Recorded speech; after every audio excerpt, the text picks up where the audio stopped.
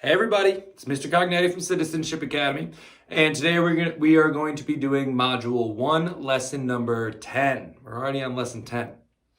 And today we are going to just be walking through a couple problems together, because today I really want to work on our different steps we take to solve a problem.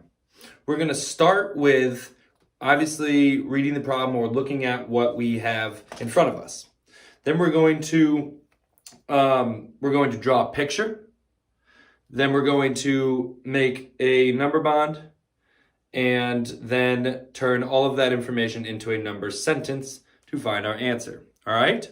To start off, I want to start with a warm-up where we're going to be working on one more. We've done this before, but today the way we're going to do it is I'm going to put a number on the board, and I want you to think as fast as you can about what the number is that is one more. So if I put the number 1 on the board, you would think, what's 1 more than 1? You would say 2, because 1 more than 1 is 2. All right? So let's do a couple practice ones. So I'm going to put the number on the board. You think of what is 1 more. What is 1 more than 4? Only giving you a couple seconds. All right, think you got it? Have it in your head. I'm going to write it on the board. 1 more than 4 is 5. Did anybody get that right? If not, let's practice another one. What is 1 more than 7?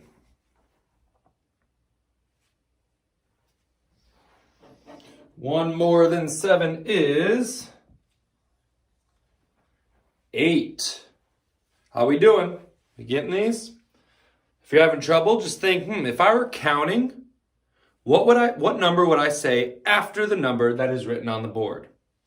Because that is going to be what is 1 more. All right, here's another one. Ready? What is 1 more than 2? 1 more than 2 is 3.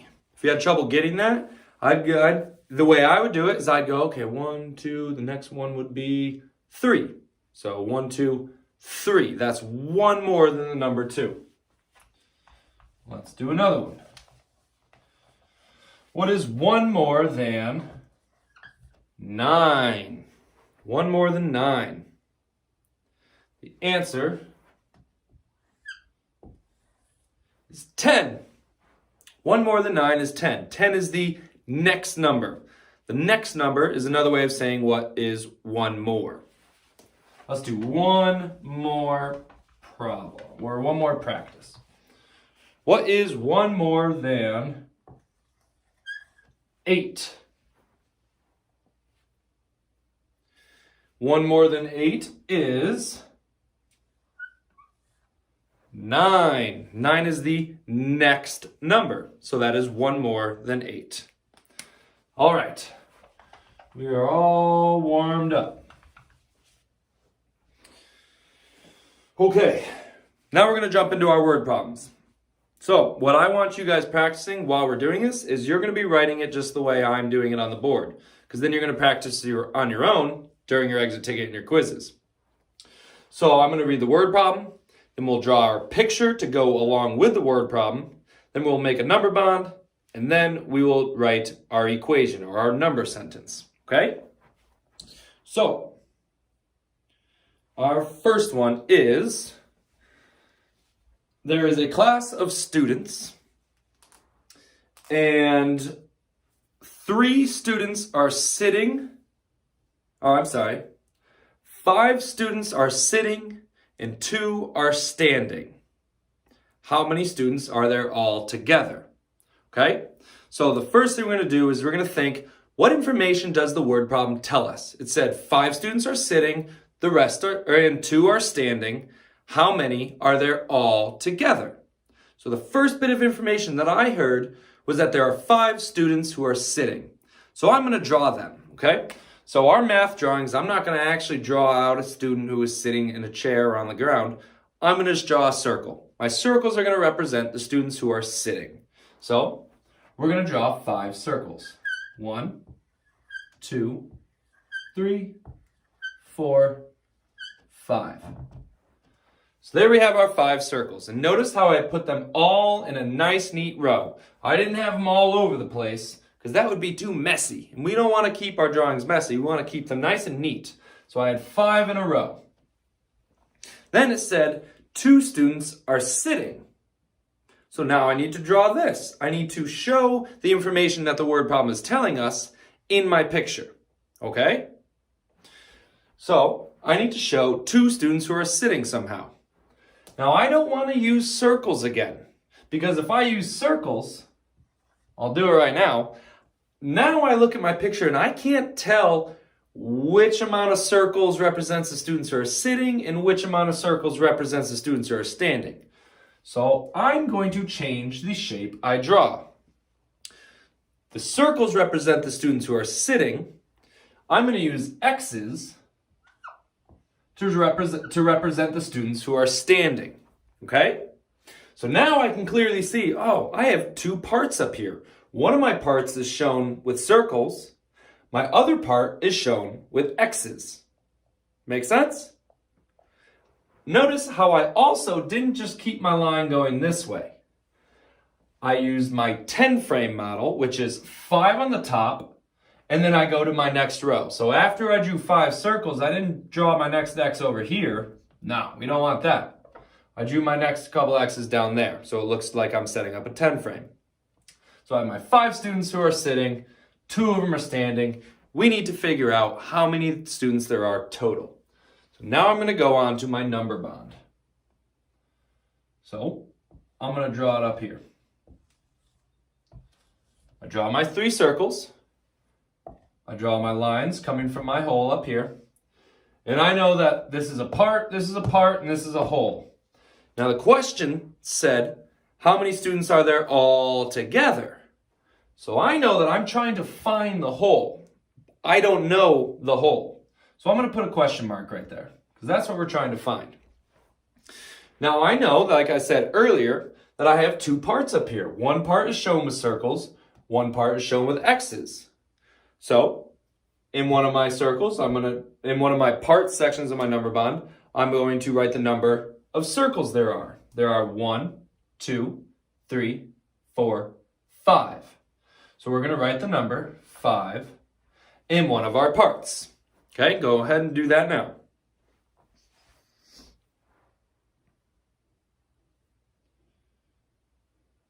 All right, now for my other part, that's represented up in my picture by the X's. And I have 1, 2 X's. So I'm going to write the number 2 in my other part. So I have my 2 parts filled in, and we're trying to find the hole. Okay, I'll give you a couple seconds to get caught up if you're not caught up.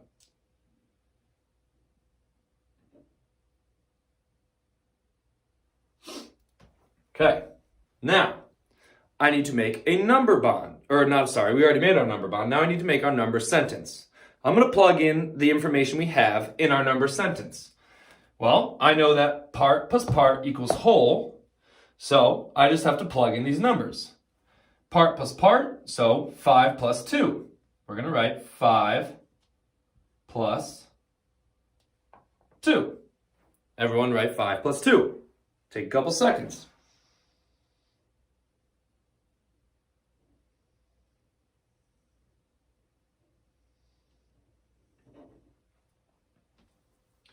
All right, now what we're trying to find is the total, or our whole. And our whole is always next to the equal sign. So 5 plus 2 equals what we're trying to find. So now I want you to think of a way, how can we figure out what 5 plus 2 equals? There's a method, keyword method, that we can use to solve this equation. Think about it for a couple seconds. Then I'm going to ask you what it is.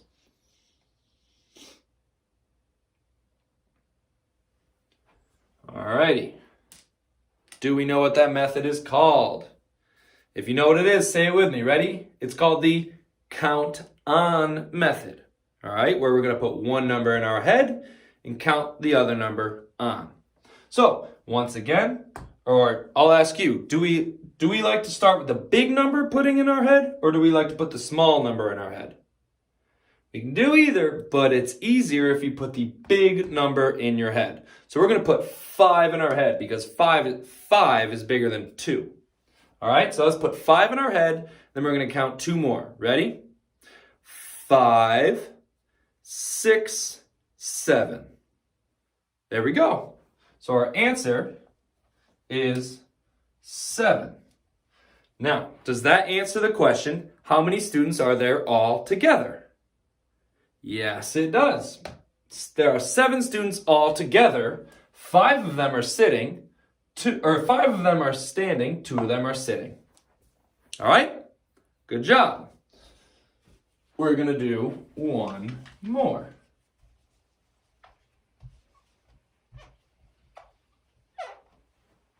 And get rid of our picture. All right. Our next word problem says, we're working with a class of students again. There's a classroom full of students. 3 of them are coloring, and 4 of them are playing with toys. How many students are there all together? Do we have any keywords in there? Let's think about what the problem is telling us. What information we already know. It said 3 students are coloring.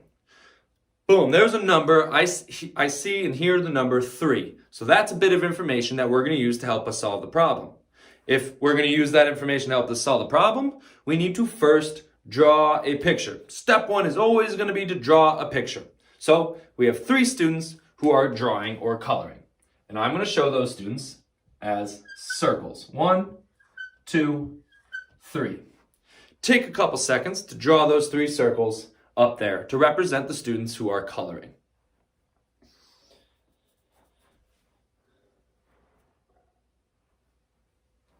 All right, so you should have 3 circles on your board or in your piece of paper in a nice neat row like I do there. Now, the next part that the word problem told us is said that there are 4 students who are playing with toys. All right, so how do you think we're gonna show that? Am I gonna draw circles again, or am I gonna draw a different shape? I wanna draw a different shape because these students aren't doing the same thing that the students who are coloring are doing. So we're gonna show that in a different way. I like to use X's. I just keep it simple with circle and X's. You guys can use something else if you want to, but I suggest you use X's so your page looks like mine. And it said we had 4 students who were playing with toys. So I'm going to draw those 4. Now I'm going to start right up here next to my 3 circles because again, I'm using my 10 frame form where we put 5 in the top row. So I put an X there, 1, 2, 3, 4. I only have 4 now. So now I'm going to put another X. So now I have 5 in the top row. And I haven't drawn my 4 kids who are playing with toys yet. So now I'm going to go down to the next row. So now I have 1, 2, 3 students who are coloring. And I need to draw 1, 2, 3, 4 students who are playing with toys. So now if we look at it, we have 5 on the top, 2 on the bottom. Okay? So there's our picture. We have our 3 students who are coloring, represented by circles. And then our 1, 2, 3, 4 students who are playing with toys, represented by X's. So now I need to plug this information into my number bond. Now I remember that the word problem asked, how many students are there all together? That's our key word. When we hear that word, we know that we are trying to find the whole, or the total amount of students. This is the whole section in our number bond. And I know that's what we're trying to find, so I'm going to put a question mark right there. Because that's what I don't know. So I must know what numbers go in these 2 parts. And I know that because we can look at our chart or our picture. I have 2 different shapes up there. I have 2 different parts down here. So I must put the amount of the different shapes in each part. So let's look at circles first. How many circles do I have? 1, 2, 3.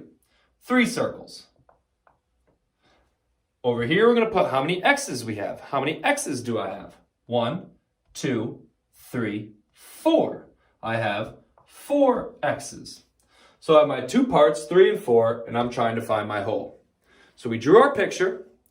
We created our number bond. Now we need to draw our number sentence and solve it, okay? And remember, part plus part equals whole. Say that with me, ready? Part plus part equals whole. So now I'm just going to plug those numbers into where I'm saying part. If I said part plus part and I pointed to 3 and 4, now I'm going to say 3 plus 4. So I'm going to write that. 3 plus 4. Those are our two parts. Part plus part, 3 plus 4. And then we draw our equal sign and our question mark because we don't know our whole yet. We don't know our total. So take a couple seconds and draw 3 plus 4. All right?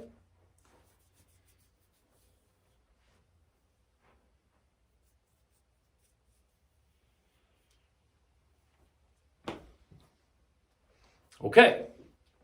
If you don't have that drawn, pause the video, take a couple seconds, draw it out. But now, what method are we going to use to solve this problem? It's the same method we used on the last one. Say it with me, ready? The count on method. So we're going to put one of these numbers in our head and count on by the other number. Remember, addition problems where we're using the plus sign can go either way. So it can be 3 plus 4 or 4 plus 3. The reason I wrote it this way is because, I want to put the bigger number in my head and count on by the smaller number. 4 is bigger than 3, so we're going to put 4 in our head and count on by 3. So everyone put 3 fingers up and get ready to put 4 in your head. Ready? 4, 5, 6, 7. We have no more fingers to count, and the last number we said was 7. So our answer for this problem as well is also 7. 3 plus 4 equals 7. I'm going to come up here and write 7 in my number bond. To answer the question, how many students were there all together? We say there were 7 students all together. Say that with me, ready? There were 7 students all together. Awesome, good job. We're going to keep working on problems like this. Some might be a little different in the next lesson, but you'll see that when you get to it. And great job, good luck with your exit ticket and your quiz, and I will see you guys for the next lesson. Have a great day, guys. Bye.